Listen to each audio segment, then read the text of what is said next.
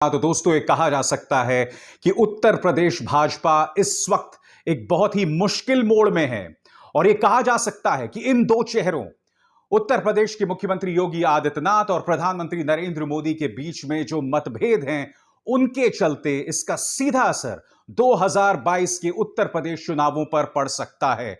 आज मैं इसको लेकर आपको तफसील से विस्तार से बताने वाला हूं कि इस वक्त इनसाइड स्टोरी यानी कि अंदर की खबर क्या है। मगर उससे पहले आपको दो घटनाक्रमों पर निगाह डालना पड़ेगा, दो घटनाओं पर निगाह डालना पड़ेगा। सबसे पहले इन दो शहरों पर गौर कीजिए। उत्तर प्रदेश भाजपा के नेता राधा मोहन सिंह और साथ ही आनंदीबेन पटेल जो कि उत्तर प्रदेश की राज्यपाल हैं, इन दोनों के बीच में मुलाकात होती है। मगर क्या आप जानते हैं इस मुलाकात की खास बात क्या है? इस मुलाकात में राधा मोहन सिंह एक बंद लिफाफा लेके पहुंचते हैं। इस बंद लिफाफे में क्या है कोई नहीं जानता। कई तरह की थ्योरीज इस वक्त काम कर रही है। कोई यह कह रहा है कि इसके अंदर विधायकों ने कहीं ना कहीं बगावत की है उत्तर प्रदेश के मुख्यमंत्री योगी आदित्यनाथ के खिलाफ। इस वक्त इस बंद लिफाफे को लेकर सिर्फ और सिर्फ सुगबुगाहट है और कुछ नहीं। इस मुलाकात के क्या मायने अभी कुछ देर बाद मैं आपको बताने वाला हूं। और दूसरा घटनाक्रम, इस बात को लेकर चर्चा बहुत बुलंद थी कि योगी आदित्यनाथ मंत्रिमंडल विस्तार कर सकते हैं और मंत्रिमंडल विस्तार करने का दबाव कहीं और से नहीं बल्कि केंद्रीय आलाकमान यानी कि प्रधानमंत्री नरेंद्र मोदी, अमित शाह और जेपी नड्डा की तरफ से आ रहा था। मगर अचानक शाम को तमाम न्यूज चैनल्स में खबर पहुंच जाती है कि मंत्रिमंडल का विस्तार करने का सवाल ही नहीं पैदा होता। इसका अर्थ क्या हुआ दोस्तों? प्रधानमंत्री नरेंद्र मोदी योगी आदित्यनाथ से कह रहे होते हैं कि मंत्रिमंडल का विस्तार करो, मगर योगी आदित्यनाथ कह देते हैं नहीं, ऐसा कुछ नहीं होगा। और उन्होंने मंत्रिमंडल का विस्तार नहीं किया। इसका अर्थ साफ है कि योगी आदित्यनाथ इस वक्त केंद्रीय आलाकमान से सहमत नहीं है, नंबर एक। नंबर दो, योगी आदित्यनाथ और केंद्रीय आलाकमान के बीच में एक कोल्ड वॉर चल रहा है, एक शीत युद्ध चल रहा है।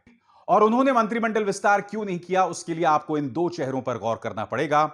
एके शर्मा और दूसरा चेहरा यहां पर हैं केशव प्रसाद मौर्य। कौन है एके शर्मा दोस्तों? आज से 4 महीने पहले इस शख्स को इसी गाजे बाजे के साथ जो कि आप इस तस्वीर में देख रहे हैं लाया जाता है लखनऊ। एके शर्मा एक रिटायर्ड आईएएस ऑफिसर हैं, प्रधानमंत्री नरेंद्र मोदी के बेहद करीबी। क्योंकि प्रधानमंत्री नरेंद्र मोदी चाहते हैं कि एके शर्मा जो हैं वो उत्तर प्रदेश जाएं और वो कहीं ना कहीं नजर रखें मुख्यमंत्री योगी आदित्यनाथ पर। यही नहीं, मुख्यमंत्री योगी आदित्यनाथ से यह कहा जाता है कि एके शर्मा को या तो आप डिप्टी सीएम बनाइए या फिर अपनी कैबिनेट में जगह दीजिए। मगर योगी आदित्यनाथ सीधे तौर पर मना कर देते हैं। मैं आपको बतलाने वाला हूं दोस्तों इस पर बीबीसी की खबर क्या कहती है जो इस वक्त आपके स्क्रीन पर है।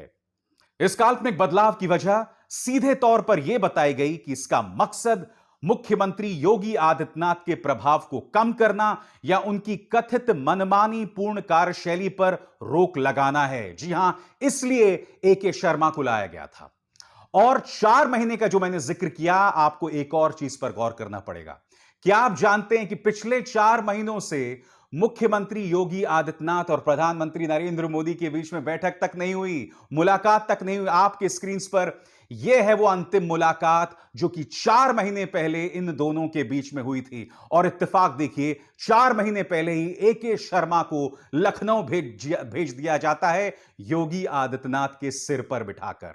मगर योगी आदित्यनाथ भी मंझे हुए राजनेता हैं। वो क्या कहते हैं आपके स्क्रीन पर? 4 महीने बीत जाने के बावजूद अरविंद शर्मा को ना मंत्रिपरिषद में जगह दी गई और ना ही अन्य जिम्मेदारी दी गई। अब यहां पर आपको दोनों पक्षों को समझना पड़ेगा। एक तरफ योगी आदित्यनाथ और दूसरी तरफ केंद्रीय आलाकमान। क्या कहना था योगी के पक्ष का? बीबीसी की इस खबर के मुताबिक मुख्यमंत्री ने साफ तौर पर कह दिया कि अरविंद शर्मा को कोई महत्वपूर्ण विभाग तो छोड़िए, कैबिनेट मंत्री भी बनाना मुश्किल है। राज्य मंत्री से ज्यादा वो उन्हें कुछ भी देने को तैयार नहीं हैं। मुख्यमंत्री योगी आदित्यनाथ के इस कदम को सीधे तौर पर प्रधानमंत्री नरेंद्र मोदी की अवहेलना और उन्हें चुनौती देने के तौर पर देखा जा रहा है। जी हां, सीधी चुनौती प्रधानमंत्री नरेंद्र मोदी को। और यही वजह है दोस्तों, पिछले 4 महीनों से प्रधानमंत्री नरेंद्र मोदी और योगी आदित्यनाथ के बीच में मुलाकात नहीं हुई। यही नहीं, 24 मई को भारतीय जनता पार्टी की एक बैठक होती है। इस बैठक में ये चेहरे भाग लेते हैं जो आपके स्क्रीन पर हैं। प्रधानमंत्री नरेंद्र मोदी, गृह मंत्री अमित शाह, बीजेपी अध्यक्ष जेपी नड्डा और आरएसएस के नेता दत्तात्रेय होसबोले। यह बैठक उत्तर प्रदेश चुनावों को लेकर थी, मगर क्या आप जानते हैं कि इस बैठक में योगी आदित्यनाथ को नहीं बुलाया जाता है, जिसका मतलब ऑल इज नॉट वेल। अब मैं आपको बतलाना चाहता हूं कि योगी आदित्यनाथ के इस फैसले पर, जिसमें उन्होंने एके शर्मा को शामिल नहीं किया मंत्रिमंडल में, उस पर क्या कहना है केंद्रीय आलाकमान का। पार्टी का नेतृत्व योगी आदित्यनाथ को यह अक्सर याद दिलाता है कि वो मुख्यमंत्री किसकी वजह से बने हैं, और मौका पाने पर योगी आदित्यनाथ भी यही जताने में कोई कसर नहीं रखते कि नरेंद्र मोदी के बाद बीजेपी में प्रधानमंत्री के विकल्प वही हैं। तो देखा आपने, यहां पर साफ तौर पर रस्साकशी चल रही है योगी आदित्यनाथ और प्रधानमंत्री नरेंद्र मोदी के बीच। तो एके शर्मा को मंत्रिमंडल में शामिल नहीं किया गया। अब इस दूसरे चेहरे पर गौर कीजिए, केशव प्रसाद मौर्य। केशव प्रसाद मौर्य जो हैं वो ओबीसी समुदाय से आते हैं और पिछले काफी अरसे से उनकी अवहेलना हो रही है। जी हां, उनको टारगेट किया जा रहा है। उन्हें ना मंत्रिमंडल में अच्छा स्थान दिया गया है, इसके अलावा उनके मंत्रिमंडल की जांच बिठा दी जाती है, यानी कि उन्हें टारगेट करने का कोई भी मौका नहीं छोड़ा जा रहा है।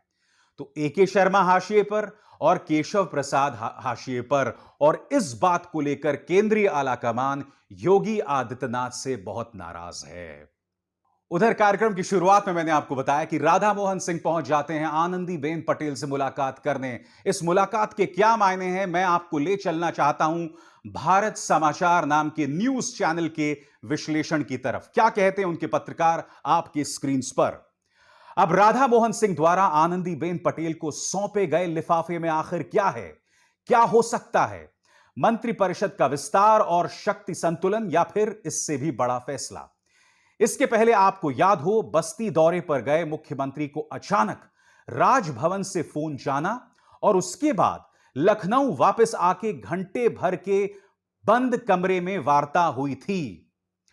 यह अब दूसरी बार होने जा रहा है कि राजभवन में किसी ने दस्तक दी है, यानी कि आने वाले वक्त में राजभवन बेहद महत्वपूर्ण भूमिका का निर्वहन करने वाला है, ऐसा लग रहा है।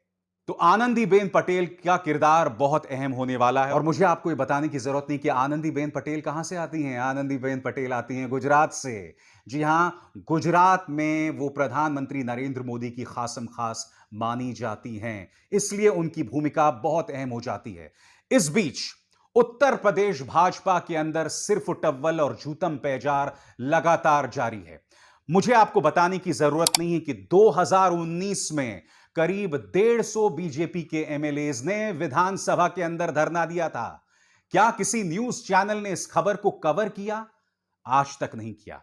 हाल ही में जो कोरोना का जो दूसरी लहर आई, कम से कम 5 से 6 विधायक जो हैं बीजेपी को मारे गए। इनमें से कई भाजपा के विधायक इतने बेबस थे कि उन्हें ना अस्पताल में जगह मिली, ना उन्हें ऑक्सीजन में जो है ना उन्हें ऑक्सीजन मिली, ना उन्हें दवाई ही ढंग से मिली। और इसकी वो शिकायत सीधे तौर पर योगी आदित्यनाथ के खिलाफ कर रहे हैं।